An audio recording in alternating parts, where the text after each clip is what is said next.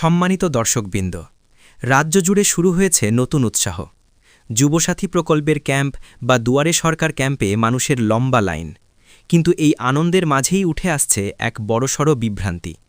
আমাদের কাছে প্রচুর দর্শক প্রশ্ন করেছেন, বিশেষ করে যারা কৃষক বন্ধু প্রকল্পের সুবিধা পান। তারা জানতে চেয়েছেন যে তারা এই নতুন প্রকল্পের জন্য যোগ্য কিনা।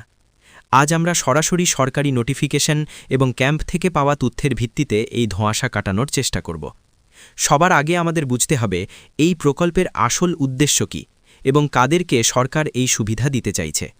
আসুন প্রথমেই আমরা চোখ রাখি সরকারি নির্দেশের দিকে।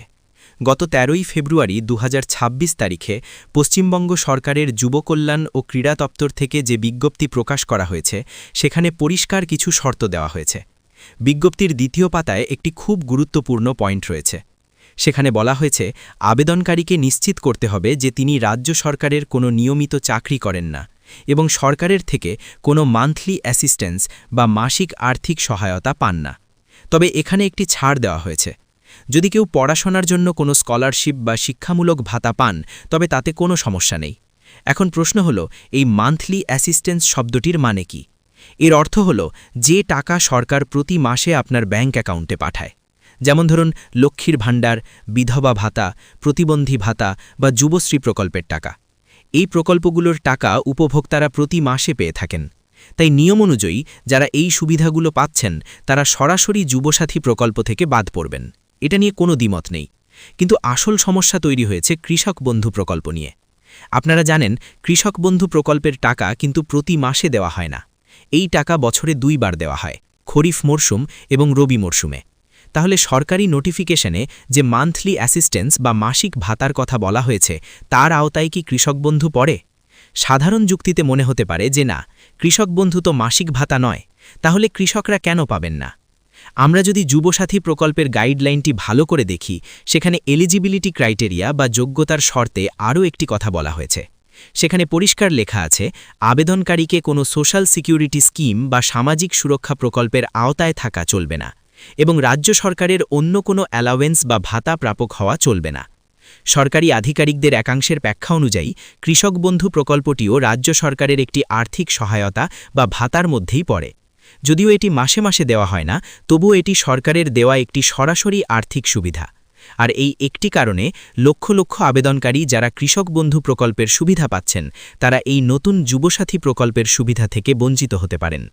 ক্যাম্পগুলো থেকেও যে খবর পাওয়া যাচ্ছে, সেখানেও আধিকারিকরা জানাচ্ছেন যে কৃষক বন্ধু থাকলে আবেদন গ্রহণ করা হচ্ছে না বা বাতিল হওয়ার সম্ভাবনা রয়েছে। এখন সবচেয়ে বড় প্রশ্ন হল, এই পরিস্থিতিতে আপনি কি করবেন? আপনি কি কৃষক বন্ধু থাকার কারণে যুবসাথী প্রকল্পে আবেদন করবেন না, নাকি কৃষক বন্ধু সারেন্ডার বা বন্ধ করে দেবেন? আপনাদের জন্য আমার পরামর্শ হল, আপনার যদি বয়স ২১ থেকে ৪০ বছরের মধ্যে হয়, আপনি যদি মাধ্যমিক পাশ করে থাকেন এবং বেকার হন, তবে অবশ্যই ক্যাম্পে গিয়ে আবেদনপত্র জমা দিন। কেন জমা দেবেন তার কারণগুলো ভালো করে বুঝে নিন। প্রথমত, সরকার যদি ভবিষ্যতে নিয়ম পরিবর্তন করে এবং ঘোষণা করে যে ছোট কৃষকরাও এই সুবিধা পাবেন, তখন কিন্তু যারা আবেদন জমা দিয়েছেন তাদের নাম বিবেচনা করা হবে।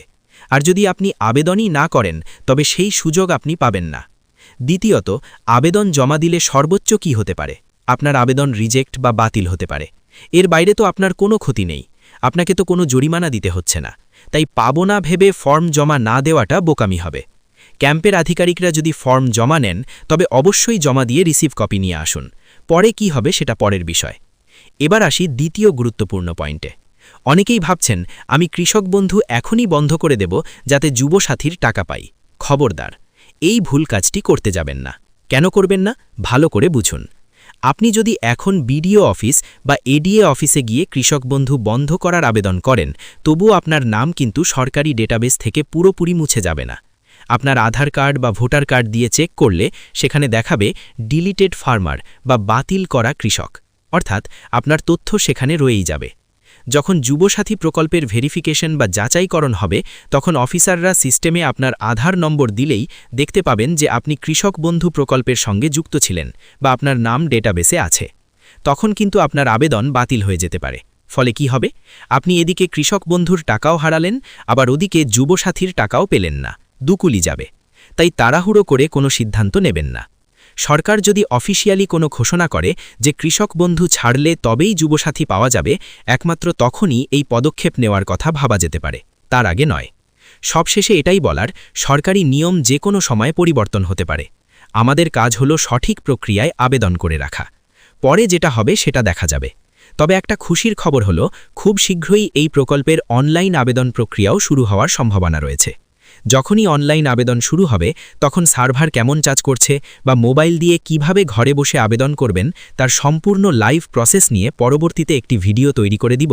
সবাই ভালো থাকবেন, সুস্থ থাকবেন। দেখা হচ্ছে পরের ভিডিওতে আরও একটি গুরুত্বপূর্ণ আপডেট নিয়ে। ধন্যবাদ।